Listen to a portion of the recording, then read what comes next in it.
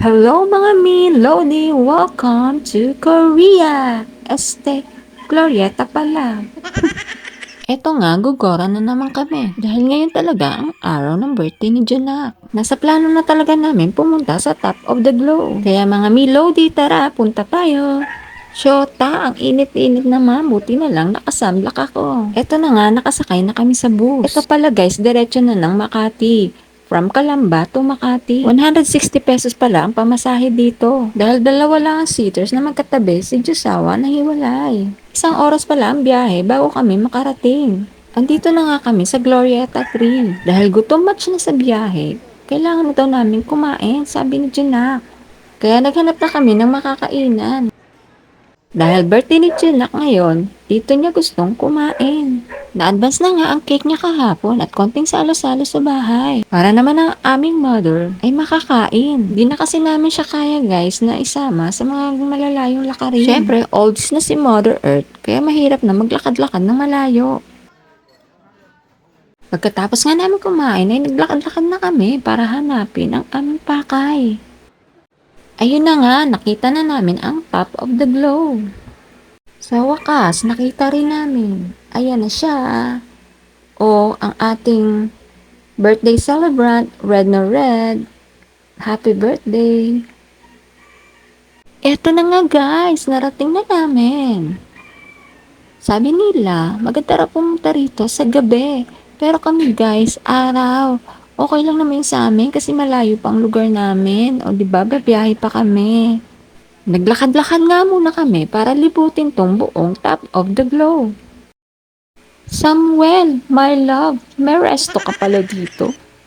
Kahit mainit, sige, gora kami. Kailangan namin tong libutin.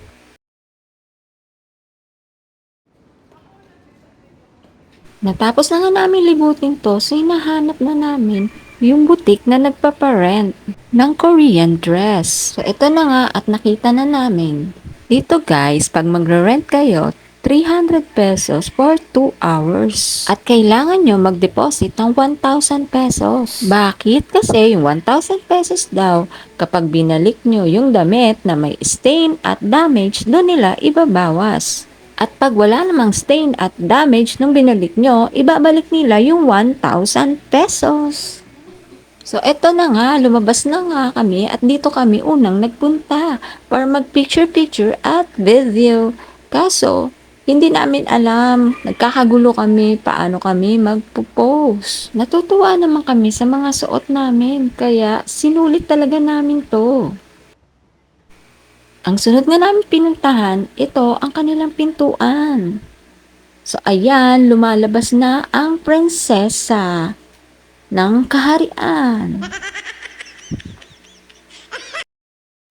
So ito naman, lumalabas na ang hari at reyna ng kaharian.